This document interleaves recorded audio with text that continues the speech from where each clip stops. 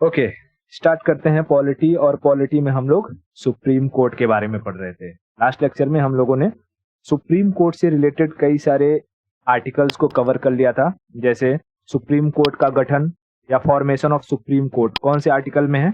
Article 124 में formation of supreme court है। फिर 125 में सैलरी की चर्चा है। 126 में एग्जीक्यूटिव जो एग्जीक्यूटिव सीजेआई हैं उनकी चर्चा है। अभी लिखता हूं मैं सब। 127 में एडहॉक की चर्चा है। 128 में रिटायर्ड जजों की चर्चा है। और 129 में रिकॉर्ड की चर्चा है। मैं यहां लिख दूं 24 में फॉर्मेशन, ठीक है।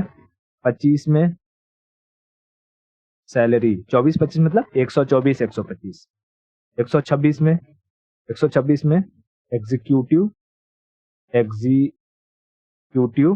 सीजेआई की चर्चा है। 127 में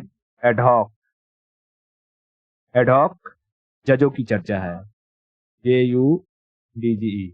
128 में रिटायर्ड जज की चर्चा है।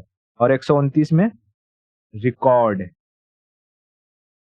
को हम क्या कहते हैं, अभिलेख,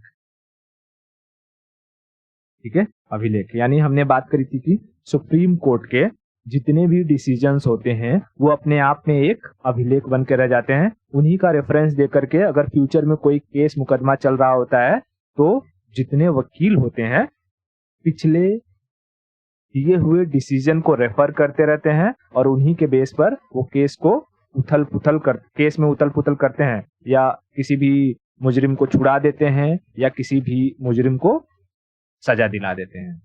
समझ में आया? तो रिकॉर्ड, इसीलिए सुप्रीम कोर्ट जो भी डिसीजन देता है वो बहुत सोच समझ कर देता है।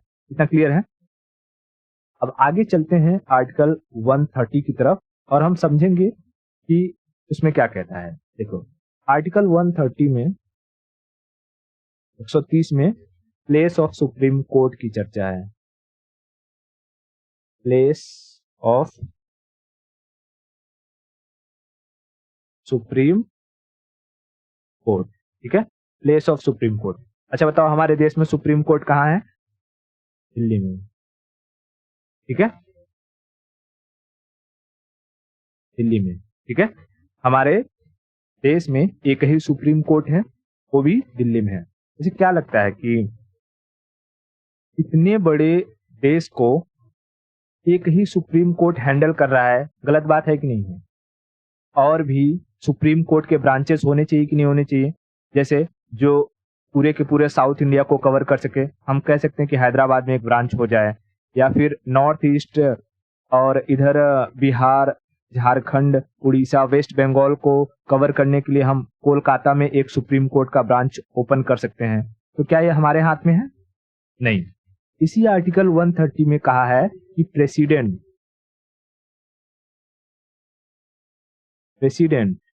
Can open branch of supreme court on the advice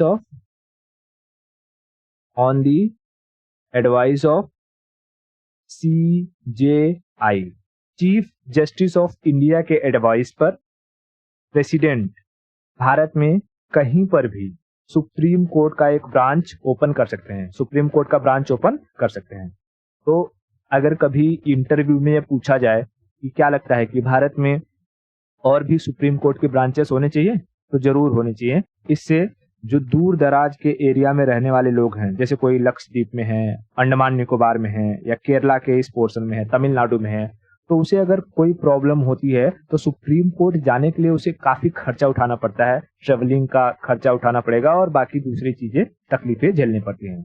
लेकिन अगर हम सुप्रीम कोर्ट के 2 ब्रांचेस और खोल दें, एक वेस्ट बंगाल में, हैदराबाद में, तो हैदराबाद का जो ब्रांच है पूरे साउथ इंडिया को कवर कर लेगा और वेस्ट बंगाल का जो ब्रांच रहेगा वो पूरे ईस्ट इंडिया को कवर कर लेगा, और दिल्ली वाला ब्रांच तो पूरा नॉर्थ और वेस्ट कर ही रहा है।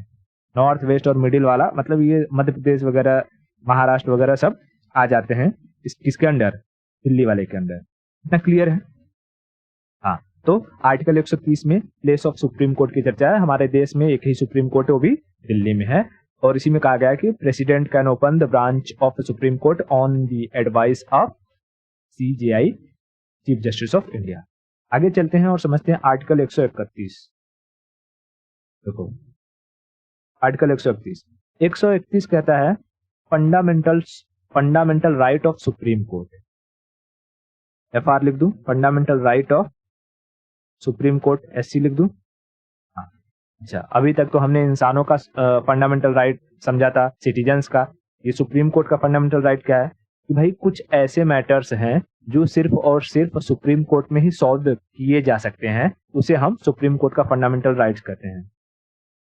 Matters that can be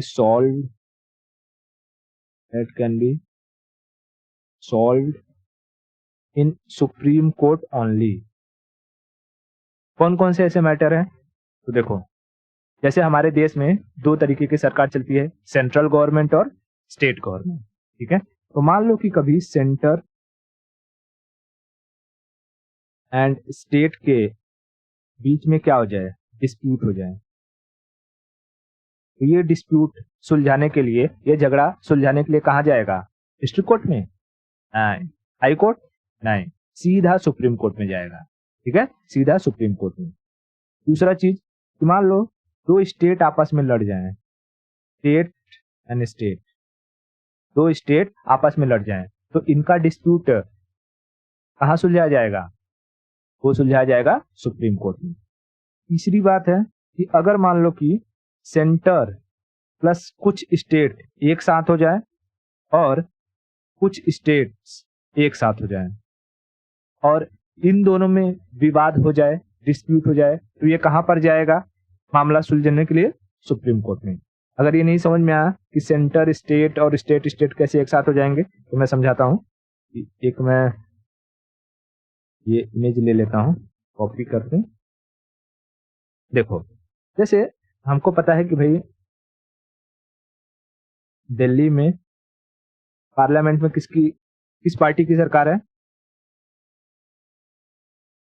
BJP party की, बीजेपी की गवर्नमेंट है। ठीक है, उसी तरीके से अगर मैं कहूं कि उत्तर प्रदेश में योगी सरकार, योगी किस पार्टी से बिलोंग करते हैं? बीजेपी। ठीक है, बीजेपी। लेकिन क्या कर्नाटका में, क्या केरला में बीजेपी गवर्नमेंट है? बीजेपी, बताओ फटाफट, क्या कर्नाटका केरला में है गवर्नमेंट? नहीं पता, कोई बात नहीं, हम इस डायग्राम के जरिए समझ लेंगे। ठीक है, जैसे ये इमेज क्या दिखा रहा है कि जहां जहां पर ऑरेंज कलर है डार्क में, वहां पर किसकी गवर्नमेंट है? बीजेपी की। ठीक है, मैं दूसरा कलर लेते हैं, बीजेपी की है। जैसे ये क्या है? ये हिमाचल प्रदेश, उत्तराखंड, हरियाणा, यूपी, मध्य प्रदेश, गुजरात, ठीक है, महाराष्ट्र, इन सारे राज्यों में, इधर नॉर्थ ईस्ट में सारे राज्यों में कौन है? बीजेपी गवर्नमेंट है। लेकिन यहाँ राजस्थान में तो INC यानी national Congress, Indian national Congress है। तो मैं यहाँ इससे लिखता हूँ कि मान लो यहाँ पर है कांग्रेस गवर्नमेंट, और गुजरात में बीजेपी। मैं इसको रिमूव कर देता हूँ थोड़ा। ठीक है, उसके बाद मैं समझाता हूँ।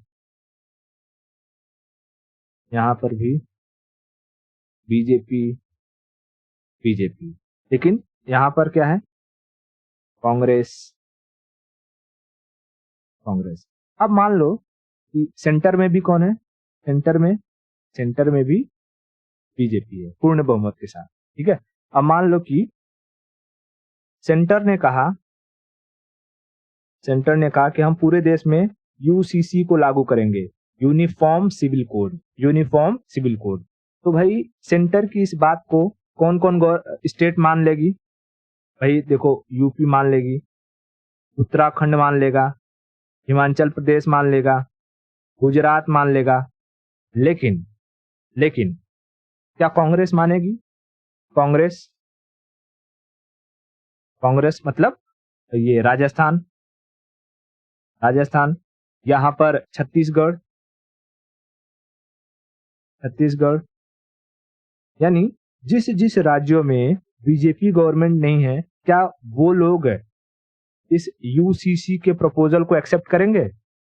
नहीं करेंगे, बिल्कुल भी नहीं करेंगे। ठीक है, क्योंकि अगर ये ऐसा करेंगे तो यहाँ पर इनके वोट बैंक कटने लगेंगे। ठीक है, कुछ एरिया में हो सकता है मुस्लिम पॉपुलेशन अधिक हो गए, तो उन्हें अगर यूसीसी के बारे में प्रॉपरली नहीं मालूम रहेगा तो प्रोटेस्ट करेंगे, या कोई भी दूसरे रिलीजन के लोग जिन्हें यूसीसी के बारे में नहीं मालूम रहेगा वो क्या करेंगे? प्रोटेस्ट करेंगे। तो ऐसी सिचुएशन में अगर मामला बिगड़ गया तो सेंटर और कुछ स्टेट एक साथ है और कुछ स्टेट एक साथ है, ये हो गया ना तीसरा वाला जो मैंने केस कहा था, कौन सा? सेंटर प्लस स्टेट और स्टेट स्टेट एक साथ है। तो ऐसे डिस्प्यूट को कहां पर लेकर जाया जाएगा? लेकर जाया जाएगा सुप्रीम कोर्ट में, डायरेक्टली सुप्रीम कोर्ट में। ठीक है, इतना क्लियर हुआ? कौन से आर्टिकल में? 131, 131। ओके, आगे चलते हैं। आर्टिकल 132, 132, 132 में कहा गया है appellate jurisdiction, appellate jurisdiction, jurisdiction यानी कि अपील करने का क्षेत्राधिकार। हमें सुप्रीम कोर्ट में अपील करने का अधिकार है। हमको पता है कि हमारे देश में 3 तरीके के कोर्ट हैं। कौन? सबसे ऊपर है सुप्रीम कोर्ट, उसके नीचे आती है हाई कोर्ट और उसके नीचे आती है डिस्ट्रिक्ट कोर्ट। ठीक है, अगर कोई भी केस होता है, जैसे कोई किसी ने आपका मार के मुंह फोड़ दिया या हाथ तोड़ दिया, तो आप सबसे पहले क्या करोगे? डिस्ट्रिक्ट कोर्ट में जाओगे। वो मामला, जैसे ये है मिस्टर रॉबिन, मैं समझा देता हूं। रॉबिन है, इनका किसी ने मार के हैंड ब्रोक कर दिया, हैंड ब्रोकन, ठीक है, हाथ तोड़ दिया। ये पहले कहां जाएंगे? हाई कोर्ट में। हाई कोर्ट में जाएंगे? नहीं, डिस्ट्रिक्ट कोर्ट में। डिस्ट्रिक्ट कोर्ट में इनको कोई सुनवाई हुई इनकी, और डिस्ट्रिक्ट कोर्ट के जज ने डिसीजन दिया कि इनके हाथ तोड़ा गया है इनको, तो एक काम करो, इनको जो है 5,000 रुपए का क्या दे दो? कंपनसेशन दे दो। लेकिन अगर मिस्टर रॉबिन कहे नहीं, मिस्टर रॉबिन ये बात कहे कि नहीं, मेरा हाथ तोड़ा गया है, मैं भी तो उसका हाथ तोड़ूंगा जिसने मेरा हाथ तोड़ा है, ये मैं जज के निर्णय से खुश नहीं हूं, तब ये क्या करेंगे? हाई कोर्ट में अपील करेंगे। लेकिन हाई कोर्ट में अपील करने से पहले यहां पर रॉबिन को क्या करना पड़ेगा?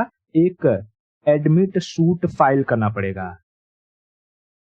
एडमिट सूट केस क्या होता है? ये एडमिट सूट केस, भाई तुम्हारा फैसला दिया गया है डिस्ट्रिक्ट कोर्ट के जज के द्वारा, तुम्हें उससे नाराजगी है, तो पहले तुम हाई कोर्ट में आने से पहले हाई कोर्ट के जज तुम्हारे केस को एक बार देखेंगे कि जिसने 10,000 रुपए का 10,000 रुपए का क्या दिया है?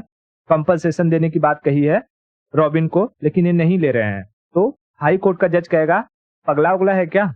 एक हाथ तोड़ा है और 10,000 रुपए का कंपनसेशन मिल रहा है, अब तू क्या चाहता है? तो रॉबिन कहेंगे, हम हाथ के बदले हाथ चाहते हैं। तो हाई कोर्ट का जज कहेगा वीटो। वीटो मतलब कैंसिल कर देगा, कहेगा कि ये जो तुम्हारा एडमिट केस है उसे हम खत्म करते हैं। ठीक है, इसे हम एक्सेप्ट नहीं करेंगे, यानी कि तुम्हारे केस को हम हाई कोर्ट में ला करके टाइम वेस्ट नहीं करेंगे। तो अगर कोई केस हाई कोर्ट में क्या हो जाए? रिजेक्ट हो जाए, हाई कोर्ट में रिजेक्ट हो जाए, तो क्या वो सुप्रीम कोर्ट में जाएगा? नहीं जाएगा। ठीक है, इतना क्लियर हुआ? बहुत बढ़िया। लेकिन अगर ये केस कहां एडमिट हो जाता? ये केस एडमिट हो जाता हाई कोर्ट में, और हाई कोर्ट के जज फैसला देते कि चलो इन्हें 10,000 की जगह 20,000 कंपनसेशन दे दो, और रॉबिन को लगता नहीं 20,000 भी कम है, तो ये जाएंगे सुप्रीम कोर्ट में। और सुप्रीम कोर्ट में जाने से पहले भी उन्हें क्या फाइल करना होगा? एक एडमिट सूट केस, कि जज साहब आप देख लीजिए मेरा केस सुप्रीम कोर्ट में आने के लायक है कि नहीं। अगर सुप्रीम कोर्ट के जज ने कहा कि नहीं नहीं, हम तुम्हारे एडमिट केस को रद्द करते हैं। फालतू केस है, इसमें हाथ तोड़ने की जगह हाथ तोड़ा गया है तुम्हारा, उसका मामला डिस्ट्रिक्ट कोर्ट में ही निपट गया था, सुप्रीम कोर्ट तक आने की कोई जरूरत नहीं थी, तो तुम सुप्रीम कोर्ट में नहीं जा पाओगे, तुम्हारा केस नहीं चलेगा। लेकिन अगर सुप्रीम कोर्ट के जज ने कहा ठीक है आइए हम देखेंगे क्या समस्या है, तब तुम्हारा केस सुप्रीम कोर्ट में चलेगा। यही कहा हुआ है आर्टिकल 132 में कि हमें अपील करने का अधिकार है, we have the jurisdiction of appellate, कि हम डिस्ट्रिक्ट कोर्ट से हाई कोर्ट और हाई कोर्ट से डिस्ट्रिक्ट कोर्ट जा सकते हैं। लेकिन कंडीशन यही कि पहले किसी हायर कोर्ट में जाने से पहले आपको क्या करना होगा, एक एडमिट सूट दायर करना होगा। ठीक है, बहुत बढ़िया। अब देखो आर्टिकल 132 के बाद 33, 34, 35, 36 ये सब किसी काम के नहीं है। 395 आर्टिकल में से हमें सारे के सारे याद नहीं रखने, जो एग्जाम के लिए इंपॉर्टेंट है हमें वही याद रखने हैं। तो हम 32 के बाद अब सीधा चलते हैं आर्टिकल 137 पर। ठीक है,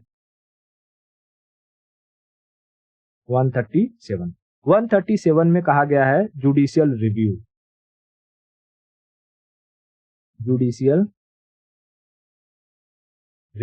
ठीक है, जुडिशियल रिव्यू का मतलब क्या होता है, न्यायिक पुनरावलोकन।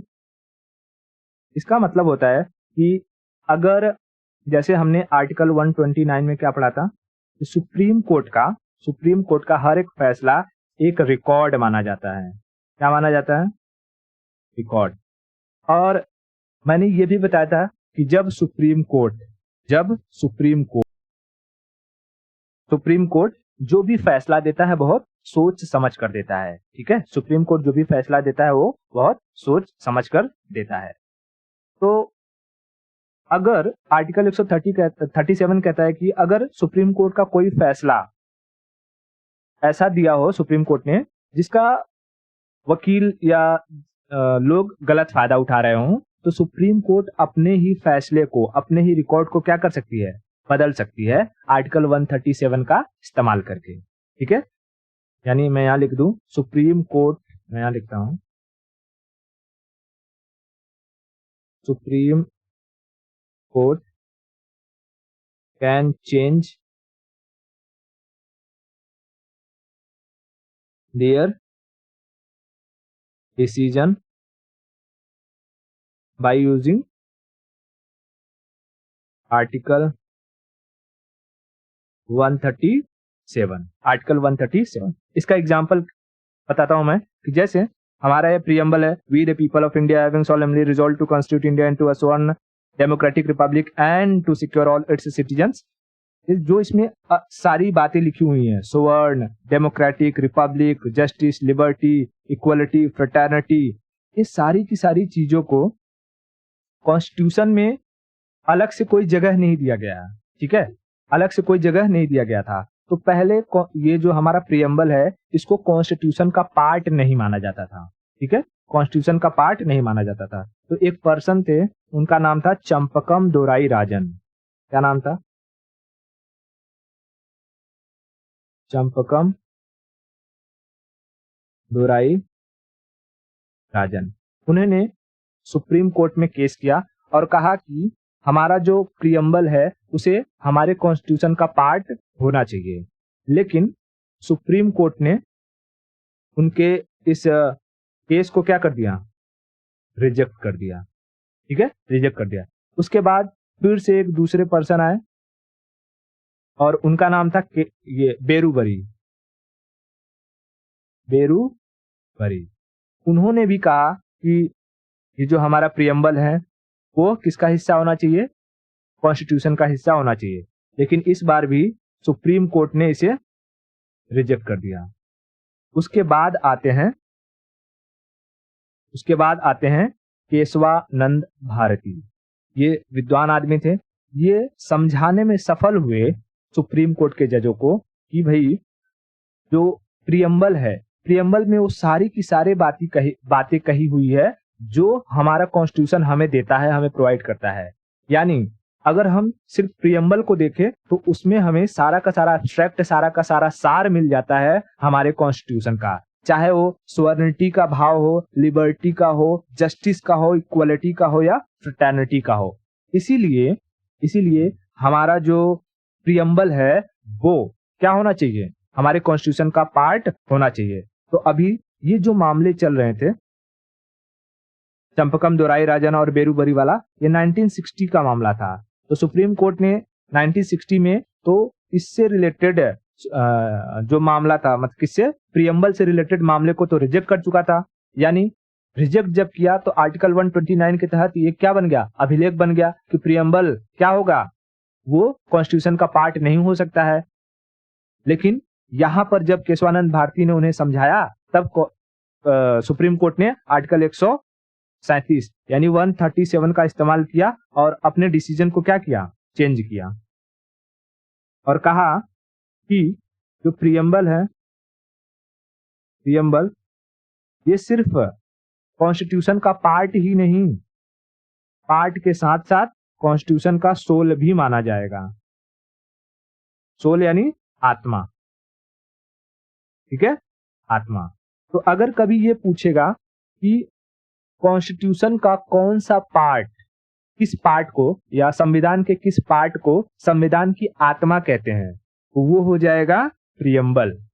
ठीक है, जब मैं प्रियम्बल पढ़ाऊंगा तो उसमें हर एक चीज क्या लिखा हुआ है सबको अच्छे से समझाऊंगा। अभी यहाँ हमारा प्रियम्बल टॉपिक नहीं है। तो बताओ कि संविधान का कौन सा पार्ट संविधान की आत्मा कहलाती है, तो वो है प्रियम्बल। ये कब हुआ, ये हुआ 1973 में। 1973 में केशवानंद भारती केस के तहत सुप्रीम कोर्ट ने अपने डिसीजन को चेंज किया और प्रियम्बल को सिर्फ पार्ट ही नहीं बल्कि एक कॉन्स्टिट्यूशन की आत्मा भी माना। ठीक है, इतना क्लियर हुआ। आर्टिकल 137, बहुत बढ़िया। ठीक है, 137। उसके बाद इसी में संविधान मतलब सुप्रीम कोर्ट ने एक बात कही कि पार्लियामेंट जो है वो प्रियम्बल में चेंजेस करना चाहे तो कर सकती है। इसलिए बाद में देखेंगे कि हमको यहाँ पर इक्वलिटी, फ्रेटर्निटी और ये लिबर्टी वगैरह को 42nd अमेंडमेंट एक्ट जब किया गया था उसके तहत जोड़ा गया था इसमें। तो पार्लियामेंट जो है वो प्रियम्बल में चेंज तो कर सकती है लेकिन उसे वीक नहीं बना सकती है, उसके बेसिक स्ट्रक्चर्स को नहीं हटा सकती है। ठीक है, बेसिक स्ट्रक्चर्स को नहीं हटा सकती, मतलब कि पार्लियामेंट ये नहीं कर सकती जैसे हम कॉन्स्टिट्यूशन से फंडामेंटल राइट को ही हटा दो, कॉन्स्टिट्यूशन से फंडामेंटल राइट ही हटा दो। यानी कॉन्स्टिट्यूशन में चेंजेस लाना, अब क्योंकि ये कॉन्स्टिट्यूशन का पार्ट हो चुका है तो इसमें चेंजेस लाना मतलब कॉन्स्टिट्यूशन में चेंजेस लाना, तुम कॉन्स्टिट्यूशन में चेंज ला सकते हो लेकिन उसके बेसिक स्ट्रक्चर से छेड़छाड़ नहीं कर सकते। बेसिक स्ट्रक्चर से मतलब फंडामेंटल राइट्स को हटा देना या कुछ ऐसे कानून को बना देना जो हमारे फंडामेंटल राइट्स का वायलेशन करने लगे, ऐसा तुम नहीं कर सकते हो। कॉन्स्टिट्यूशन, ऐसा कानून बनाओ जो कॉन्स्टिट्यूशन को मजबूत बनाए, न कि कॉन्स्टिट्यूशन को कमजोर बनाए। ठीक है, इतना क्लियर हुआ, बहुत बढ़िया। उसके बाद इसमें आर्टिकल 138 जो है वो इंपॉर्टेंट नहीं है। अब आते हैं हम लोग आर्टिकल 139 पर। ठीक है, इसमें आर्टिकल 139 में कहता है कि supreme court can issue writ, supreme court can issue writ other than fundamental right.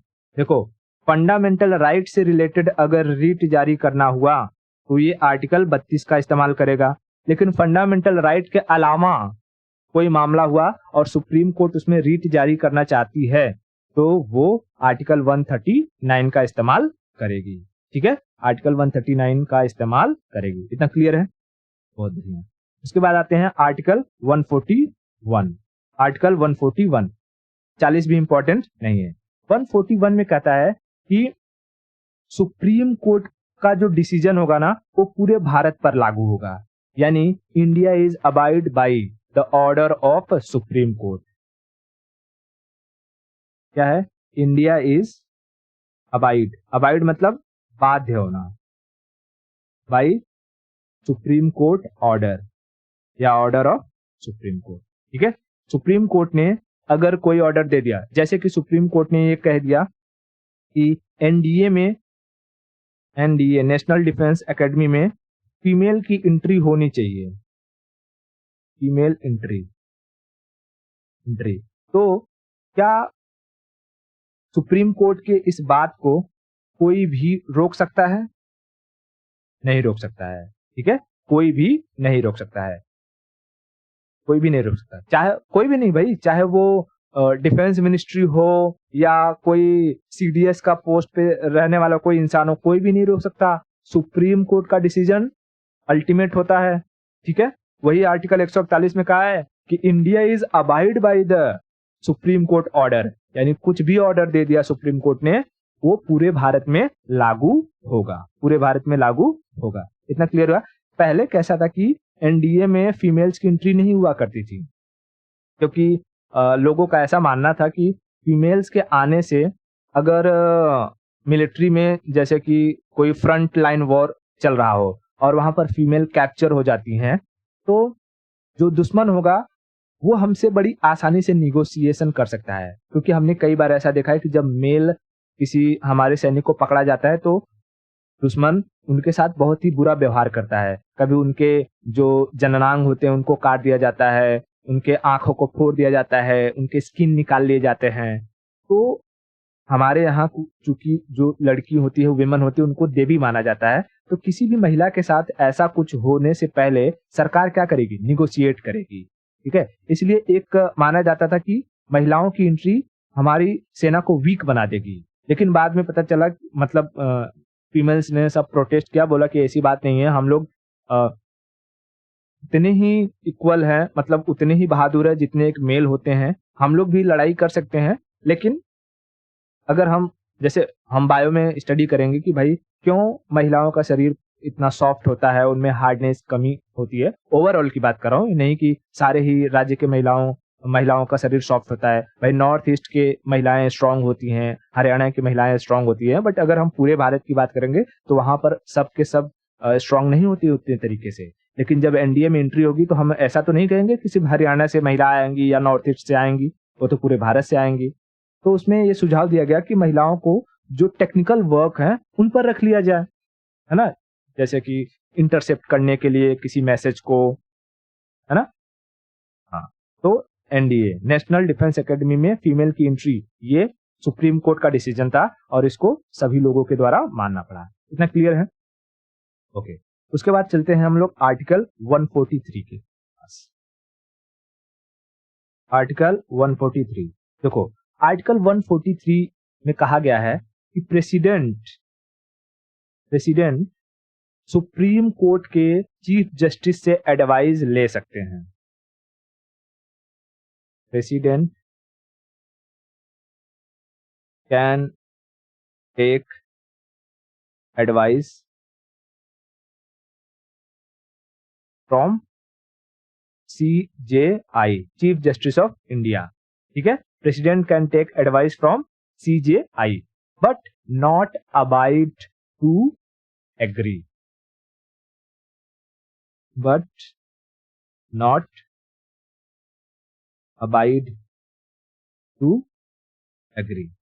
मतलब कि भाई वो CJI से एडवाइस ले सकते हैं, लेकिन CJI ने जो एडवाइस दिया है वो प्रेसिडेंट मानने के लिए बाध्य नहीं है। ठीक है, प्रेसिडेंट का मन किया तो माने, नहीं मन किया तो नहीं माने। ठीक है, अब यहां पर CJI की थोड़ी सी छवि कम नहीं हो जाएगी? मतलब उनका ऐसा लगेगा ना कि उनका पोपट हो गया, मैंने प्रेसिडेंट को एडवाइस दिया और प्रेसिडेंट साहब बोले नहीं नहीं हम बाद में देखेंगे। तो इसी में कहा गया है कि CJI भी प्रेसिडेंट को हर एक मौके पर या हर एक इशू पर एडवाइस देने के लिए बाध्य नहीं है। CJI are not abide, CJI also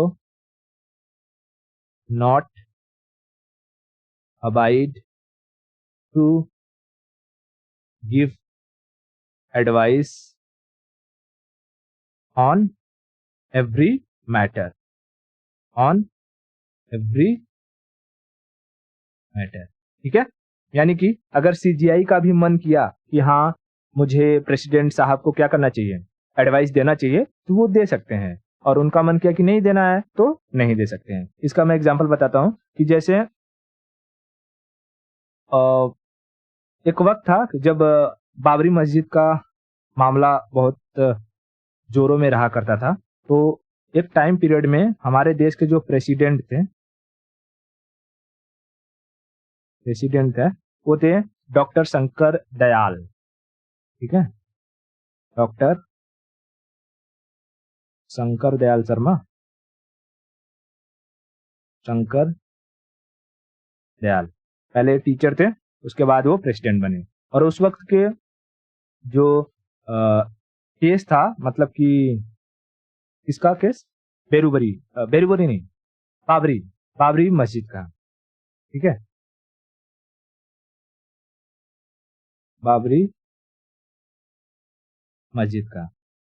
अब ये केस इतना जोरों में था कि शंकर दयाल जी ने उस वक्त के सीजीआई से, उनका नाम मुझे अभी एग्जैक्टली याद नहीं आ रहा है, सीजीआई से एडवाइस लिया कि आपकी क्या राय है इस बाबरी मस्जिद पर, हमें क्या फैसला लेना चाहिए, सरकार को क्या स्टेप्स लेने चाहिए। तो उस वक्त के सीजीआई ने सोचा कि अगर मैं कोई भी इनको एडवाइस देता हूं और वो इसी तरीके से एक्ट करते हैं और देश में कोई भी गड़बड़ होता है तो नाम तो मेरा खराब हो जाएगा, है ना, कि हमने सीजीआई से एडवाइस ली, उन्होंने ही ऐसा कहा और इस तरीके से बवाल हो गया देश में। तो सीजीआई ने शंकर दयाल शर्मा को, यानी प्रेसिडेंट साहब को, बेरूबरी केस के मामले में एडवाइस देने से मना कर दिया, ठीक है, डिडंट रिप्लाई या एडवाइज्ड। इतना क्लियर हो गया, ठीक है। तो हमने क्या क्या देख लिया, कौन कौन से आर्टिकल देख लिए, एक ही जगह पर हम देख लेते हैं सीधा। देखो, क्योंकि यहां पर हमारा जो सुप्रीम कोर्ट होता है वो पूरी तरीके से खत्म होता है, ठीक है। हमने देखा आर्टिकल 130 जिसमें प्लेस ऑफ सुप्रीम कोर्ट की चर्चा है, article 131 fundamental right of supreme court, article 132 appellate jurisdiction, ठीक है, अपीलेट जुरिडिक्शन। उसके बाद सीधा हमने देखा आर्टिकल 137, फिर 2 छोड़कर 139, फिर 2 छोड़कर 141 और फिर 2 छोड़कर 143, यानी दो का गैप दे करके 137, 39, 41 और 43। 137 में जुडिशियल रिव्यू की बात कही है, 139 में रिट इशू करने की बात कही है अदर देन फंडामेंटल राइट्स, 141 में India abide by the supreme court order, यानी सुप्रीम कोर्ट का ऑर्डर सर्वोपरि है, भारत में हर एक किसी को मानना पड़ेगा। और 143 में president can seek the advice from CJI but CJI have right to not advice on every matter to the president, ठीक है, ये 143 में कहता है। आई होप इतनी सारी की सारी बातें क्लियर हैं। तो आज के लिए इतना रखते हैं, बाकी की स्टोरी हम नेक्स्ट लेक्चर में करेंगे।